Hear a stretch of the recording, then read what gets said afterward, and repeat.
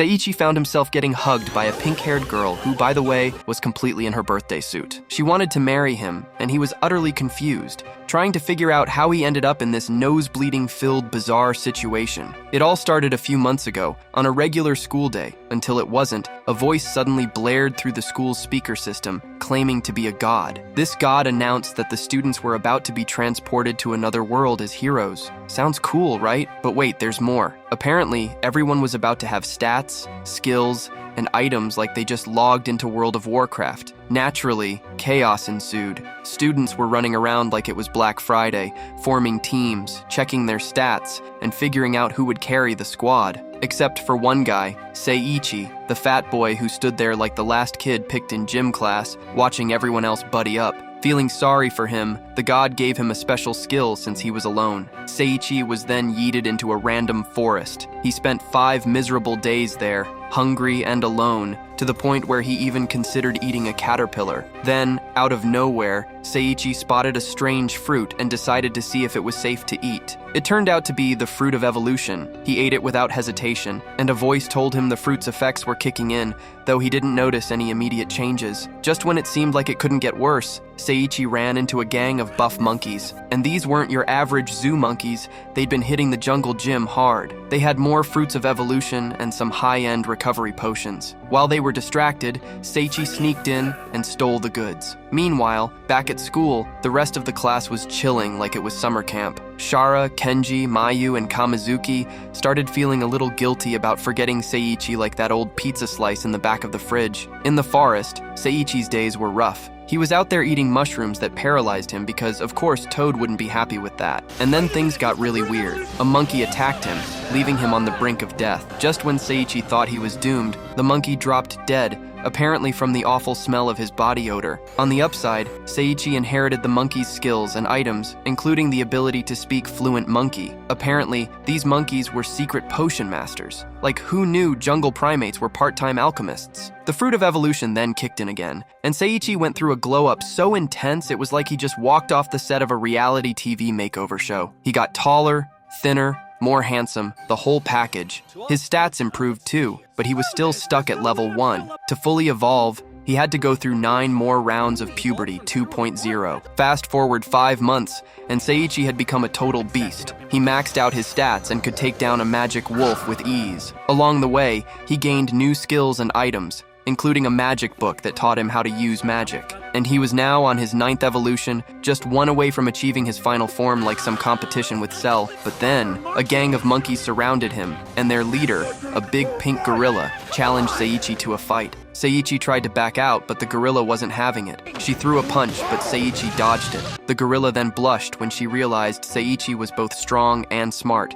And here's the twist, it was a female gorilla. The pink gorilla, named Saria, kept swinging at Seiichi, but he managed to hold his own. Impressed, she told him her name and admitted she was into strong males. As the fight continued, Seiichi tried using the water-bending magic he had learned, but he ended up raining on his own parade, literally. Just when he thought he was done for, Seiichi had one last idea. He activated his disgusting body odor again. Instead of knocking Saria out, she fell madly in love with him. She proposed marriage and carried him off, and that's how Seiichi was about to walk the jungle aisle with Miss Simeon. So, after their romantic beatdown, Saria decided to take Seiichi back to her crib, which of course was a tree, but not some basic tree house. This place had cozy vibes, like a gorilla version of a Pinterest board. She cooked up a feast for Seiichi and even made him new clothes. Seiichi started to realize she had some serious wifey qualities. Trying to be polite, he suggested she find a male gorilla for a husband, but Saria only had eyes for him. A few days later, they went fishing together. When a giant spider scared Seiichi, Saria took it out instantly, her concern making Seiichi blush. The next day, Saria told Seiichi she was heading off with her monkey squad to hunt for more fruits of evolution. She casually dropped the fact that these fruits helped people max out their stats, but eating 11 was basically like hitting the game over button. She had already gathered 10 for her future husband,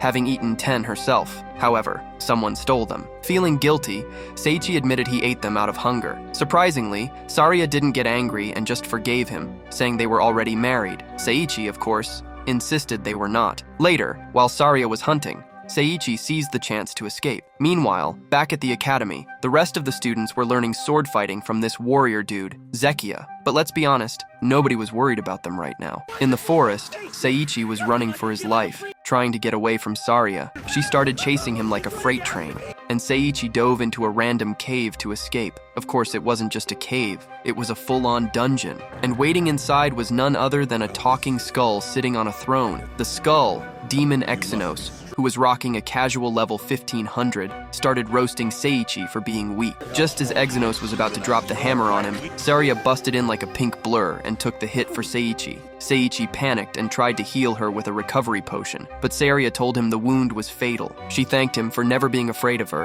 and Seiichi began to cry. Exynos, because of course, mocked them like the world's worst stand-up comedian, teasing the odd couple. Furious, Seiichi summoned the magic sword he got from the wolf and declared he wouldn't forgive Exynos for hurting Saria because he loved her. Suddenly, Saria started glowing like she was about to hit Super Saiyan, and Seiichi managed to land a blow on Exynos. Shocked that someone actually defeated him, Exynos thanked Seiichi for showing him what true love looked like. He began to glow as he reunited with his long-lost love, Marie, and his spirit found peace. Saria, still glowing, tearfully said goodbye to Seiichi. They shared a kiss, and to Seiichi's shock, Seiichi's tears magically transformed Saria from a pink gorilla into a total bombshell human girl. My man was speechless. His jungle bride just leveled up from King Kong to beauty queen in seconds. They checked out the demon's loot and found a book that told Exynos' backstory. Apparently, 1500 years ago, he was a beloved noble, but the emperor tried to destroy him. His lover, Marie, intervened, transforming Exynos into a monster. After learning the story, Seiichi inherited Exynos' skills and items. A voice announced that Seiichi's final evolution was starting,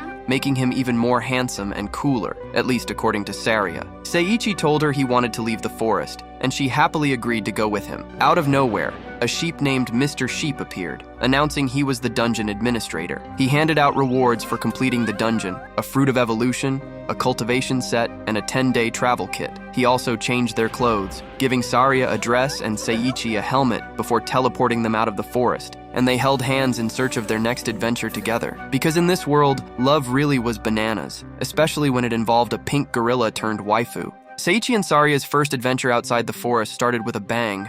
Well, more like a splat. They came face to face with a level 88 slime, but Seiichi, now a walking cheat code, swatted it out of existence like it was nothing more than a puddle of jello. Not bad for a guy who used to be terrified of caterpillars. And as if that wasn't enough, his helmet suddenly started glowing and poof, transformed into a robe, because apparently even fashion evolved here. A letter from Mr. Sheep appeared, explaining that Seiichi's power had grown so much that he no longer needed to hide, and thus, the helmet evolved into a robe. They soon arrived at the royal capital, Talbert, where a gate guard named Claude asked for their ID cards. It was odd that they didn't have any, as even slaves carried them. Seiichi and Saria made up an excuse, saying they had lost theirs. Claude made them place their hands on a truth gem to check if they were criminals, and thankfully, they were clean. Afterward, when Seiichi mentioned they were heading to the guild, Claude warned them not to fall into temptation there. Seiichi found the warning strange, but continued to the guild anyway. They arrived at the guild, which looked more like a fantasy garage sale than a professional organization,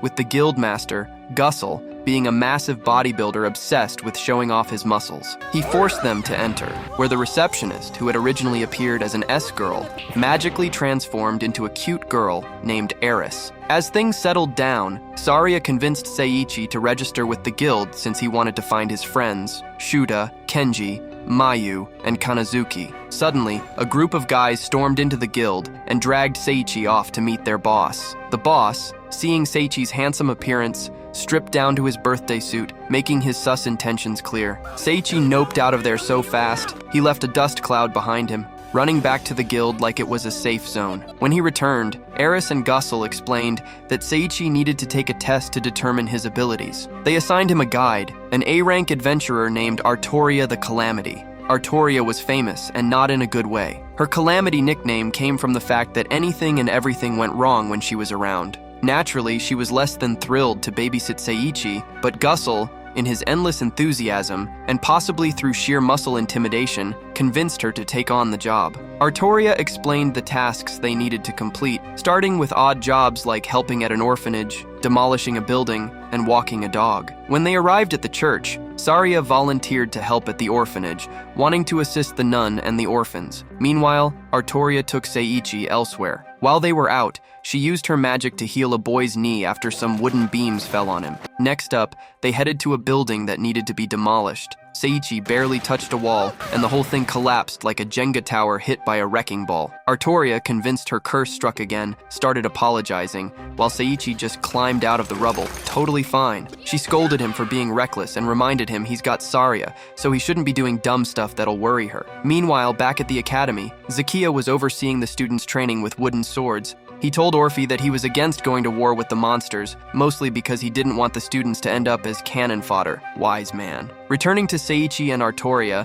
their next job took them to the mansion of a noblewoman named Adriana. The task was walking her dog, which turned out to be a giant wolf that was nearly impossible to control. While watching Artoria and Seiichi, Adriana noticed that Artoria smiled more than usual and assumed it was due to Seiichi's influence. At the end of the day, they returned to the guild, where Gussel paid them for their work, probably with a few extra flexes thrown in for good measure. To everyone's surprise, Artoria invited Seiichi and Saria to stay the night at her place. The next day, Artoria took Seiichi and Saria for another test. This time, they needed to collect 10 medicinal herbs. While Saria effortlessly found them like she'd been playing Botany Simulator all her life, Seiichi only managed to collect a bunch of useless mushrooms. Artoria looked at him like he had just failed at picking up groceries and sent him back to find the real thing. The trolls instantly assumed he had busted their top-secret evil plan. So, naturally, they attacked, summoning a giant troll to back them up. But here's the thing. They didn't get the memo that Seiichi was now basically an overpowered cheat code. Instead of freaking out, he just smiled and cast a strength-absorbing spell, instantly giving him the strength of the Hulk, while the trolls collectively lost their minds. They took one look at this now super buff Seiichi and ran off,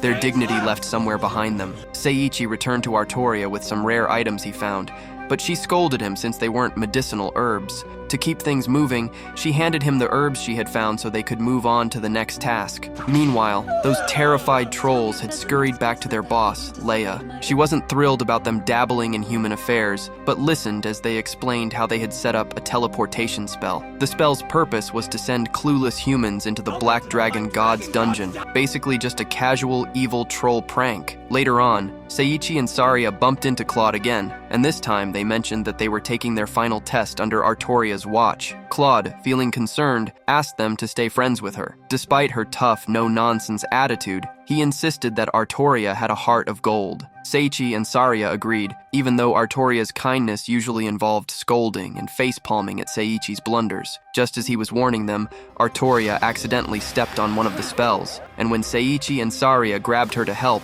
all three of them were teleported to a mysterious basement. In the basement, Artoria gave Seiichi a guide stone, an item that could be used when party members got separated. Unfortunately, she stepped on another trap, which activated a wall that separated her from Seiichi and Saria. They tried to use the guide stone to track her, but it crashed into the wall, becoming useless. While Artoria fought off dangerous monsters, Seiichi and Saria found a talking treasure chest that only one of them could interact with. When they opened it, they discovered some useful items, but more importantly, the guide stone began glowing red, indicating that Artoria was in danger. Meanwhile, Artoria stumbled weakly to a door, only to be attacked by the Black Dragon, the strongest demon in the Demon Lord's army. Despite the overwhelming odds, Artoria wasn't intimidated and transformed into her berserk calamity form. The Black Dragon was shocked by her power, but it still managed to pierce her with its tail. As the dragon prepared to finish her off with its final flame, Artoria regretted not being able to say goodbye to Saria and Seiichi. But just before the Black Dragon's final blow could land, Seiichi and Saria burst in like they were crashing a party. Seiichi, now fully realizing his OP powers were needed for more than herb picking, charged at the dragon without hesitation.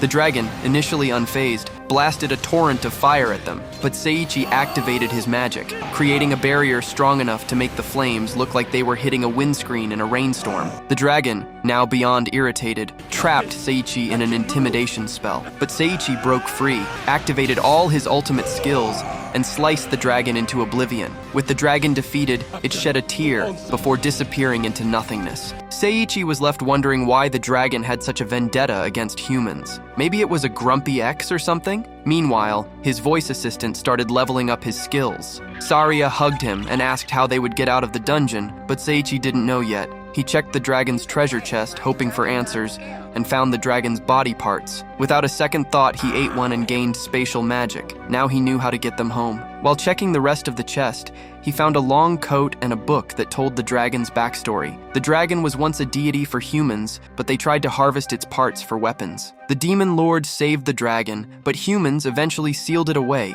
leading to its hatred of mankind. Seiichi felt bad for killing the dragon and apologized. Suddenly, they received a letter from Mr. Sheep, who informed them that they had failed a test to reunite the demon lord with the black dragon. Seiichi shouted at him, frustrated. After Mr. Sheep left, Seiichi teleported himself, Artoria, and Saria back to the capital. Artoria woke up in Seiichi's arms and, embarrassed, told him to let her go, but he insisted she stay still to avoid reopening her injuries. Artoria confessed that she was cursed with bad luck and believed she was a walking disaster magnet. Seiichi and Saria reassured her, giving pep talks and telling her to ditch the negative self-talk. Seiichi and Saria comforted her, telling her to stop thinking like that. Later, Artoria ran off, feeling overwhelmed. Seiichi found her sitting alone and reassured her that she didn't need to worry about her curse. He gave her a legendary item, the Ring of Happiness, which negated the curse and boosted her luck. Artoria blushed and thanked him, but quickly ran away again, leaving Seiichi wondering what he had done wrong. Maybe not enough chivalry? Back in the capital, Artoria couldn't stop thinking about Seiichi, slowly realizing she might be falling for him. The next morning,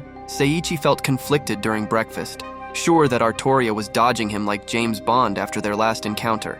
He turned to Saria, asking for her thoughts, but she just smiled and told him not to overthink it. As they continued their meal, Saria mentioned that she was going to help the nun, Claire, with the orphans for the day. Seiichi decided that instead of going on a quest, he'd spend the day learning more about this world. He asked Gussel if there were any upcoming events, and Gussel mentioned the heroes summoning by other countries. Eris added that these countries had summoned heroes from another world to defeat the resurrected demon lord. Seiichi could learn more in the royal library. Meanwhile, Emperor Shell Vol of the Kaiser Empire was throwing a royal tantrum because his royal advisor couldn't royally convince Zacchaeus to let the students engage in royal practical combat. The advisor suggested sending them to Barbatar Magic Academy, where they'd get slave bracelets to ensure they followed the emperor's orders, because nothing says education like magical shackles. At the royal library, Seiichi read about the demon lord, but the stories always painted the demons as villains. Strangely, it was always a human who harmed them, leaving Seiichi unsure of what to believe. To make matters stranger, reading magical books granted him hundreds of new skills just from glancing at a single word. Afterward, he grabbed a bite at a cafe where he had a friendly chat with two guys, Reyes and Noah. Meanwhile, Artoria wrestled with her feelings. She ran into Adriana, who invited her over for tea. During their conversation, Adriana mentioned that when a man gives a woman a ring, it symbolizes eternal love. Artoria started tearing up, knowing that Seiichi already had Saria. Yet she couldn't help but want his love too. Adriana offered to help her win Seiichi's heart. At the cafe, Reyes and Noah explained to Seiichi that giving a ring was a serious vow of love in this world, and if he went back on it, he could be executed or have their ping pong balls cut off. This left Seiichi in a tough spot, as he was already in love with Saria. Reyes advised him to be open-minded and love both women, while Noah suggested he be honest with them. Seiichi appreciated their advice and thanked them before heading to the church to find Saria. But before he could find her, Artoria showed up and asked to talk. Seiichi felt nervous, knowing he had to clear up the misunderstanding about the ring. However, before he could say anything, Artoria kissed him, her tears spilling over as she confessed her feelings. She acknowledged that Seiichi loved Saria, and while the ring may not mean the same thing to him, she was deeply in love with him and only wanted to be by his side. Seiichi blushed, torn because he didn't want to break her heart. Just then, Saria stepped in.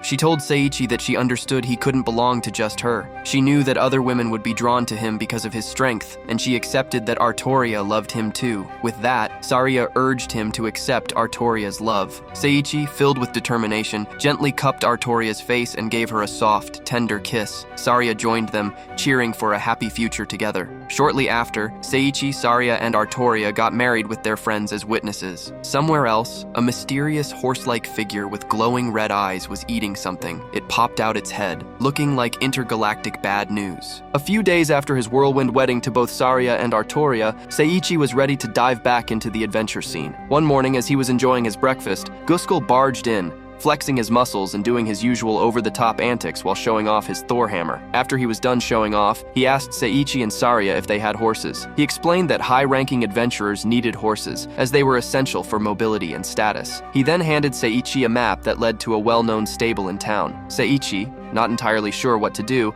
asked for help from Saria and Artoria, but they were both busy with their own tasks. Left on his own, Seiichi headed to the stable. Upon arriving, the owner of the stable asked Seiichi if he was participating in the upcoming Royal Cup. The owner explained that it was a dangerous and chaotic race where participants could win expensive prizes. But Seiichi just wanted a horse, not realizing the intensity of the event. At the stable, Seiichi's attention was immediately snagged by a charmingly unimpressive donkey. This was no ordinary donkey, though. Thanks to Seiichi's talent for acquiring random skills, he could understand donkey talk. The donkey introduced herself as Lulun, and, impressed by Seiichi's OP state, instantly decided he was her new master. Seiichi, charmed by Lulun's no-nonsense attitude, bought her on the spot. Afterward, Seiichi and Lulun wandered around the city, snacking on street food and enjoying the sights. While strolling, they encountered a scene where a boy, Clay, son of Duke Burger, was scolding a painter named May. It turned out that Clay believed May was incredibly talented and wanted her to participate in the Charity painting competition, the most prestigious painting competition in the Kingdom of Wimberg. Seiichi agreed with Clay, admiring May's talent, and to encourage her, he made a bold claim. He would participate in the Royal Cup, and if he placed high, May had to enter the competition. Clay upped the stakes, telling Seiichi that if he finished 5th, he would win the prize tambuli fish, known for its deliciousness. On the day of the Royal Cup, Lulun was laser-focused on winning, mainly because she wanted the tambuli for herself. Upon hearing that the second-place prize was a set of photos of Captain Louise of the Valkyries, and that the first-place winner would get to spend a day with the Valkyries, Lulun became even more determined. These were very cultured prizes. ABD had so much potential for some god-level plot. The race circuit was simple. The participants had to ride to the gates, circle the city walls, and return. Anything went in the race, fighting, sabotage, and summoning monsters were all fair game. However, when the race began, Lulun could barely walk because she had forgotten to eat breakfast. Seiichi hurriedly fed her a fruit of evolution, which not only restored her energy, but also made her stronger and faster. With her newfound strength, Lulun quickly caught up to the other racers. Meanwhile, the adventurer in the lead summoned A and B rank monster wolves to attack the other participants. But Lulun, now powered up, defeated the wolves in mere seconds.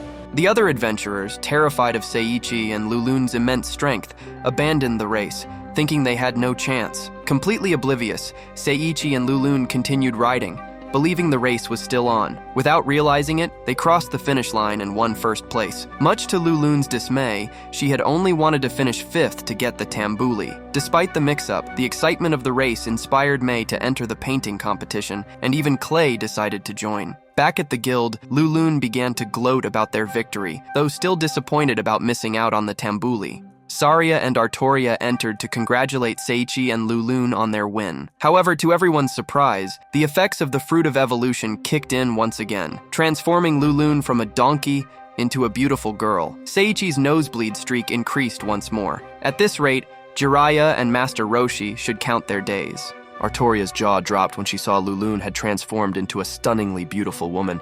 Saria, trying to prove that anything was possible with the Fruit of Evolution, turned into a pink gorilla right in front of everyone.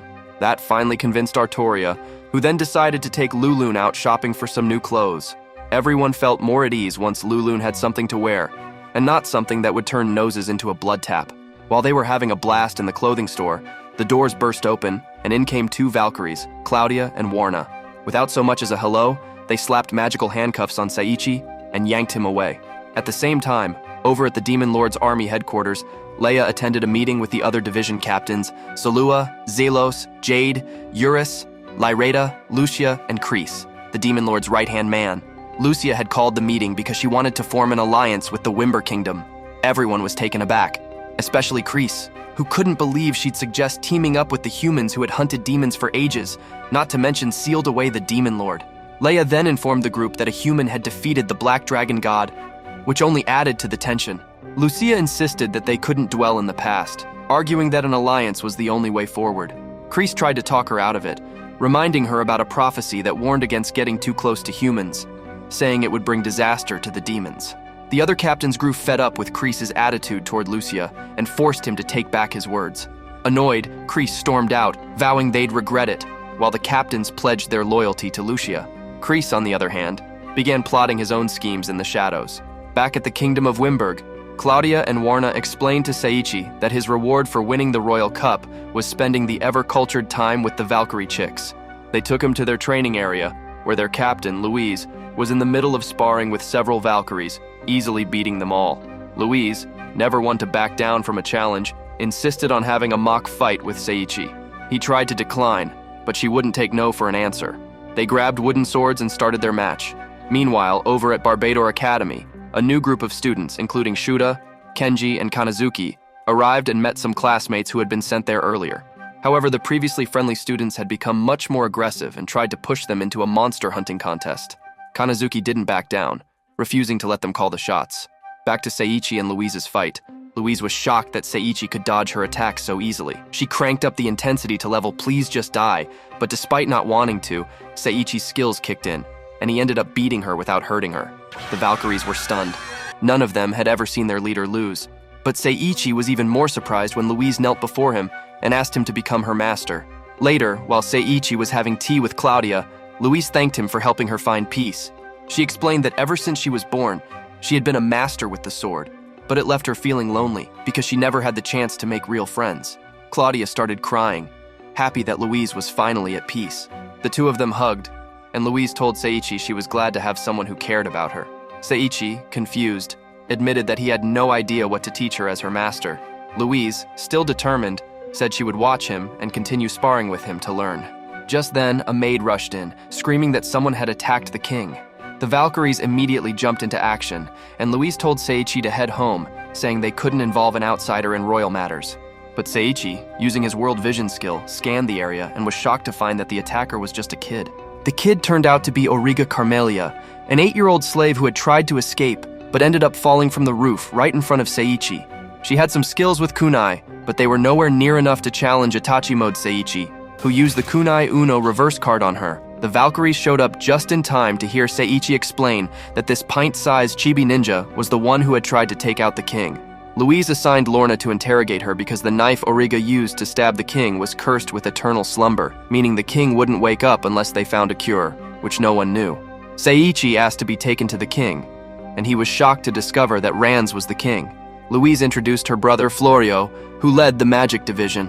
Seiichi, feeling the pressure, knew he had a lot of untapped magic within him, but wasn't sure how to use it. He placed his hands on the king's sleeping body and kept telling him he'd get better.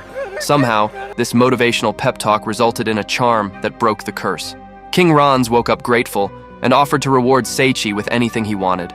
Meanwhile, Zakia met with the Emperor of the Kaiser Empire, Sheld Vol, asking about the human students. The Emperor revealed that the students were now slaves and had been sent to Barbador Academy. At the academy, Shurek, Kenji, and Kanazuki were struggling with being outcasts, but soon faced Togu, Uyama, Kisaragi, and Zoro from One Piece, the toughest student, who mocked them, claiming they were sent there to learn magic and become the strongest by defeating everyone. Back at the royal castle, the Valkyries were relaxing in a bath, and Warnick couldn't stop talking about the wish Seiichi made to the king to train in magic and swordsmanship with Louise and the others. Meanwhile, over in the Kaiser Empire, Zakia was stunned that his students had been sent to Barbador Academy, and the Emperor explained that his advisor, Helio, had put slave bracelets on all of them, ensuring they wouldn't rebel. Suddenly, an arrow shattered the window, and Zakia destroyed it before it could harm the Emperor. He ran off to chase the culprit. The Emperor suspected a demon was behind the attack, and Helio added that King Ranz of Wimberg was making alliances with demons, which was treason, since the Emperor wanted to wipe out all demons. The Emperor reassured Helio, though, saying he had already taken action by sending the Dark Executioner to deal with the king. Back at the royal castle, Seiichi's girls were searching for him, and Florio was stunned to learn that not only was Seiichi married to Saria, but he also had a girlfriend, Artoria, a loyal servant, Lulun, and even Louise considered herself part of his harem, since she saw him as her master. Meanwhile, the interrogation of Auriga was about to begin, and only then did Seiichi start to realize the terrible burden she had been carrying all this time. Auriga's interrogation began, and Lorna was standing on business. She pulled out her secret weapon, a mouth-watering pork dish that smelled amazing, wafting the scent right in Auriga's face. Origa's stomach growled, but she couldn't eat it, making her suffer even more. Seiichi stepped in and stopped this culinary torture, thinking it was too much. Even Louise agreed that Lorna had gone a bit overboard, so they let Origa have the dish to eat. Louise later realized that Origa was wearing a slave collar and had been forced to attack the king under orders. Origa then showed them the collar, which electrocuted her if she tried to remove it. Meanwhile, in the Kaiser Empire, the emperor was furious when he heard that Origa had failed in her mission. Helio reassured him that if Origa didn't follow orders, the collar would make her send herself to Jesus. In the forest, Zakia was questioning his loyalty to the emperor after running into Shane, the archer who had attacked the emperor. Shane explained the reason behind his attack. He wanted revenge for a demon girl who had been mistreated because of the emperor's orders. The emperor's decree had allowed guards to kill innocent demons in the city. Shane urged Zakia to stop being a puppet, but after a brief fight, he disappeared. Back at the royal castle, Seiichi was trying to come up with a magic spell to remove Origa's slave collar. He found it tough to visualize the process, but then he remembered Abraham Lincoln, the American president who had abolished slavery and had great top hat fashion.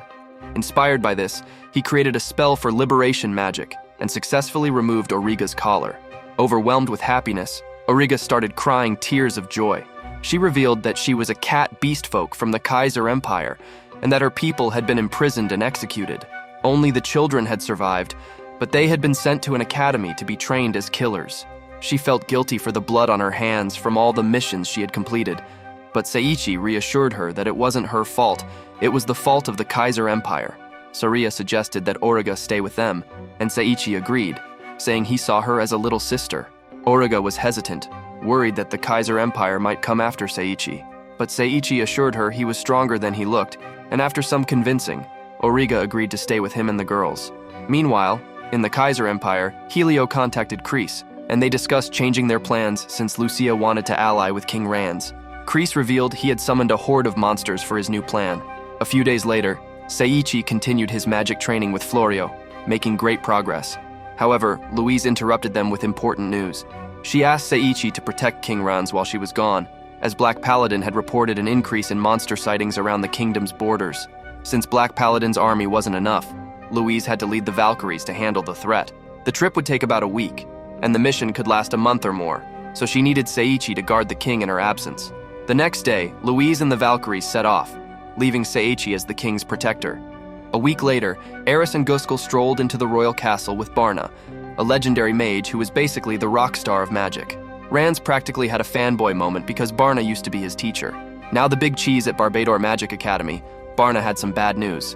Since the Emperor of Kaiser had brought in his heroes from another world, things had gotten messier than a toddler's art project.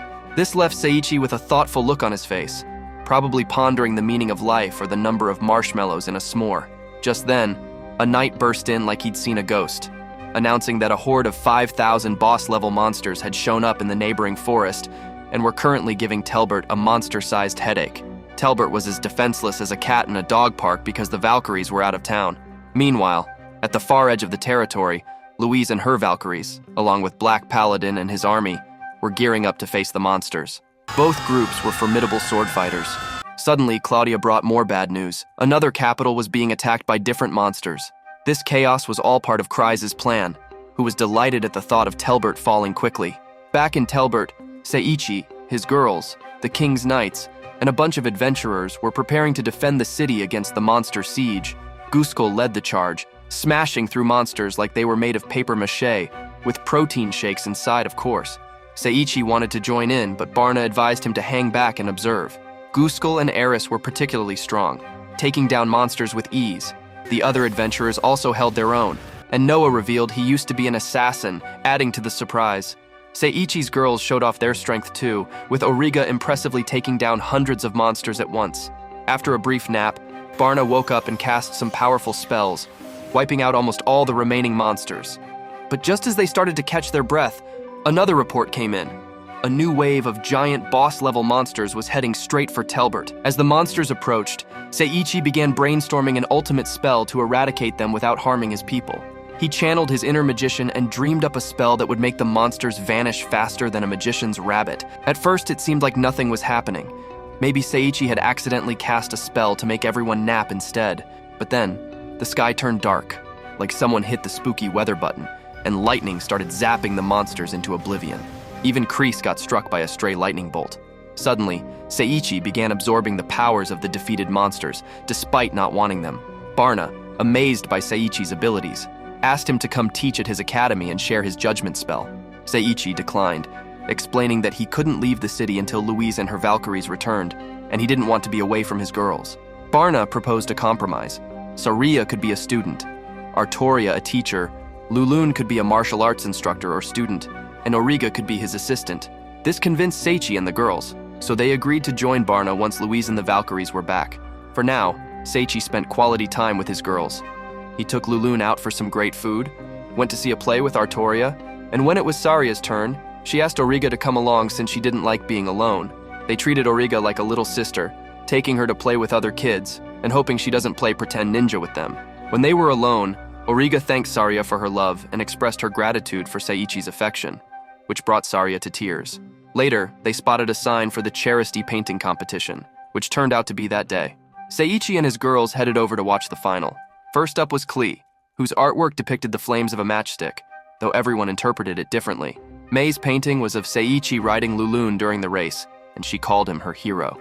Mei won first place, and Klee's grandfather, the judge, offered her a chance to study painting in Emeria, the city of art. The next day, Louise and the Valkyries returned to Telbert, and Seiichi and his girls prepared to head to Barbador Academy. Meanwhile, Kreese, still recovering from the lightning strike, was frustrated because his resurrection was being delayed. He needed despair, death, misfortune, and chaos to complete the process.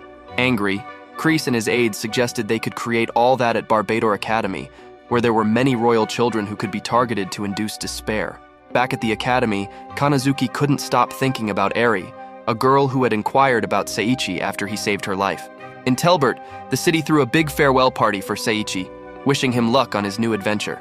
As they headed to Barbador Academy, they encountered a new figure who claimed to be a hero of justice, even though he just looked like Jocko from Dragon Ball. If you want more awesome anime recaps, make sure to smash that like button and subscribe. You won't regret it. Until then, take care.